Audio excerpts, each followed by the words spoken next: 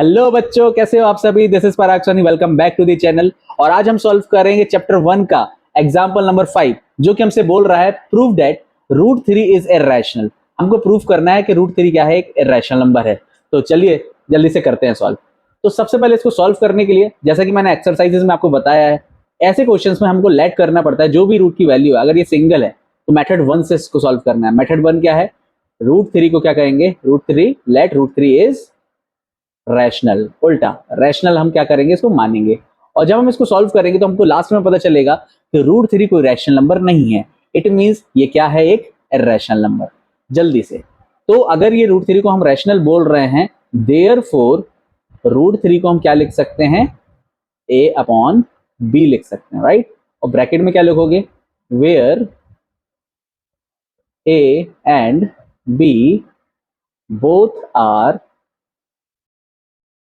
integers and co-prime। Okay, now क्या करेंगे, b को हम LHS में ले जाएंगे। तो क्या होगा, LHS में b जाएगा तो रूट 3 b हो जाएगा इज इक्वल्स टू a। अब हमको ये रूट 3 में से रूट हटाना है, तो क्या करेंगे, squaring both side, squaring both side. दोनों साइड हमने स्क्वायरिंग कर दी है, तो रूट 3 b के का हो जाएगा whole square is equals to a के ऊपर भी क्या हो जाएगा, स्क्वायर हो जाएगा। तो रूट 3 का स्क्वायर क्या होता है, 3, और b का स्क्वायर होता है b square is equals to a square. इसको हम इक्वेशन फर्स्ट मान लेंगे, राइट।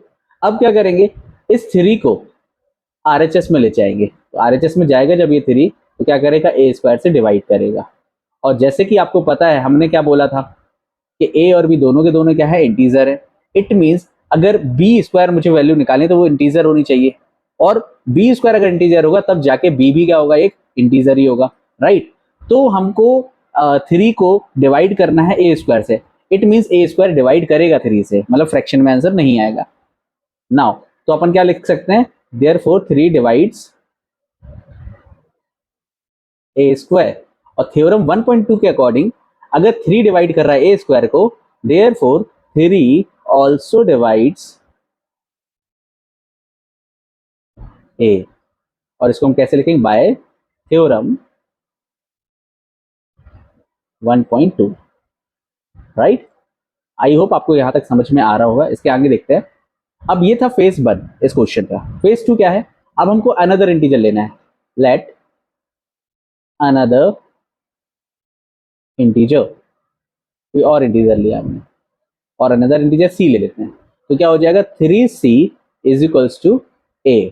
अब आप बोलोगे सर ये कैसे हो रहा है, कि आपने कैसे लिख दिया कि 3c is equals to a। देखो अभी हमने क्या बोला, a डिवाइड कर रहा है 3 से, कर रहा है, और a डिवाइड अगर करेगा 3 से तो कोई ना कोई वैल्यू आएगी, उस वैल्यू को मैं लेट कर लेता हूँ c है, राइट। और अगर c आएगी तो अगर 3 RHS में जाएगा तो a इज इक्वल्स टू क्या हो जाएगा, 3c, राइट। तो इसी वैल्यू को मैंने यहाँ पे लिख दिया है।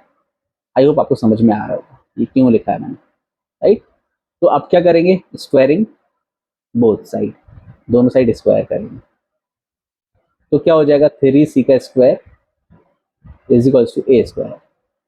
3 का स्क्वायर होता है 9, और c का square c square is equals to a square. अब a स्क्वायर की हमको वैल्यू पता है इक्वेशन 1 में। देखिए यहाँ पे इक्वेशन 1 में हमने क्या दिया था, a square is equals to क्या है, 3b स्क्वायर। तो यहाँ पे लिख देंगे 3b स्क्वायर, और ब्रैकेट में लिख देंगे from equation first. Equation first से लिया है, राइट। तो अब क्या होगा, 3 डिवाइड कर देगा 9 को 3 टाइम्स में, तो क्या बचेगा, 3c square is equal to b square. अब आपको दिख रहा होगा यहाँ पे ये जो 3 है ये करेगा डिवाइड b स्क्वायर को, तो c square is equal to क्या हो जाएगा, b square by 3, as it is जैसे कि फर्स्ट इक्वेशन के बाद हुआ था a स्क्वायर के साथ यहाँ पे। ओके, तो ऐसे ही 3 भी क्या कर रहा है, b स्क्वायर को डिवाइड कर रहा है। 3 divides b square, therefore 3 also divides b। अगर 3 b स्क्वायर को डिवाइड कर रहा है तो 3 b को भी डिवाइड करेगा बाय थ्योरम 1.2, राइट। और अगर ऐसा है तो फ्रॉम, और इसको हम इक्वेशन सेकेंड मान लेंगे, right. From equation first and second, first और सेकेंड इक्वेशन को देख के ये समझ में आ रहा है हमको यहाँ पे कि 3 divides both a and b, मतलब 3 दोनों को, ए को और बी को, दोनों को डिवाइड कर रहा है। इट मीन्स इसका क्या मतलब है, अगर 3 डिवाइड कर रहा है ए और बी दोनों को, it means a and b are not coprime. A और बी को प्राइम नहीं है, क्योंकि को प्राइम ऐसे नंबर्स होते हैं जिनका कॉमन फैक्टर सिर्फ 1 होता है, 1 के अलावा कोई और कॉमन फैक्टर नहीं होता है। पर यहाँ पे ए और बी दोनों ही 3 से भी डिवाइड हो रहा है, मतलब 3 भी ए का भी और बी का भी, दोनों का फैक्टर है। इट मीन्स ये को प्राइम नहीं है, और जो नंबर को प्राइम नहीं होंगे वो रैशनल भी नहीं होंगे। देयरफॉर आवर अजम्पशन, हमारा जो अजम्पशन था, इज रॉन्ग। वो अजम्पशन गलत हो गया। क्या अजम्पशन था कि √3 एक रैशनल है, हेंस, और अजम्पशन गलत हो गया तो √3 इज इर्रेशनल। इसका मतलब √3 क्या है, इर्रेशनल है। आया समझ में? ऐसे हम इसको प्रूफ करते हैं, हेंस प्रूफ। तो इस तरीके से हम इस क्वेश्चन को सॉल्व कर लेंगे और प्रूफ कर देंगे कि √3 क्या है, एक इर्रेशनल नंबर है। Now move to the next question.